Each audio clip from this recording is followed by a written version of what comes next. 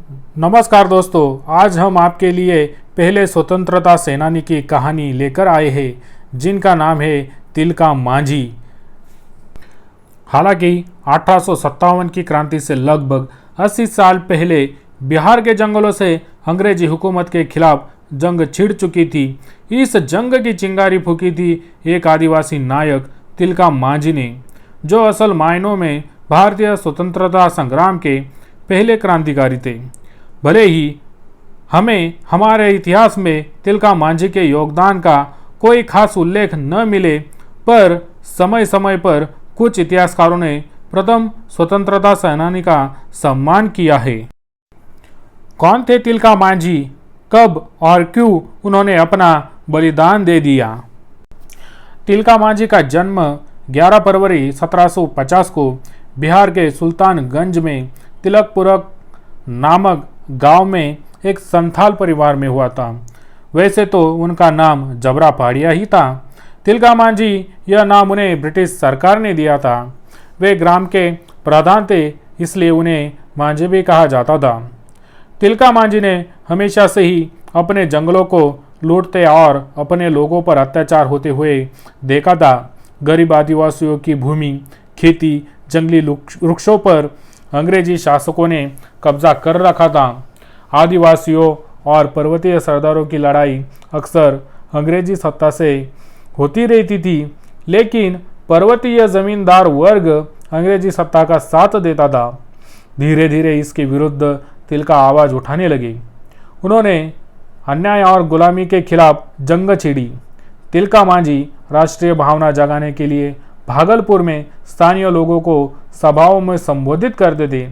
जाति और धर्म से ऊपर उठकर लोगों को देश के लिए एकजुट होने के लिए प्रेरित करते थे।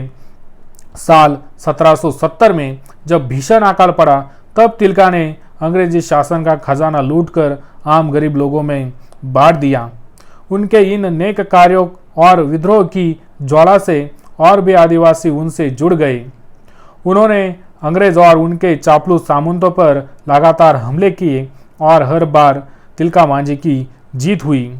साल 1778 में पहाड़िया सरदारों से मिलकर रामगढ़ कैंप पर कब्जा करने वाले अंग्रेजों को खदेड़कर कैंप को मुक्त कराया।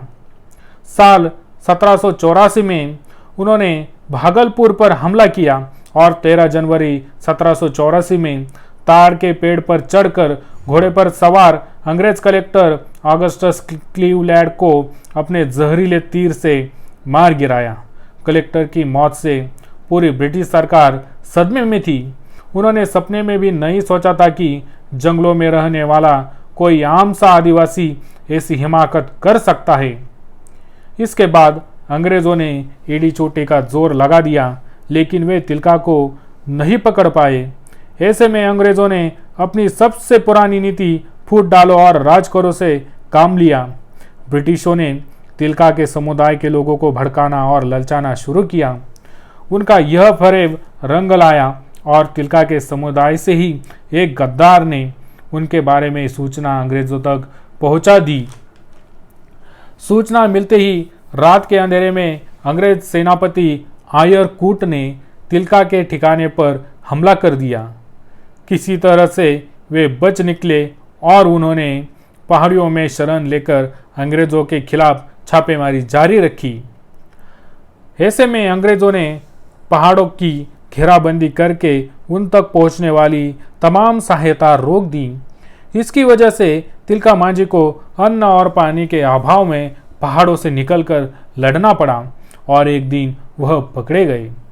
कहा जाता है कि तिलका मांझी को 4 घोड़ों से घसीटकर भागलपुर में लाया गया और 13 जनवरी 1750 को उन्हें भागलपुर के चौक में एक बरगद के पेड़ से लटकाकर फांसी दे दी गई।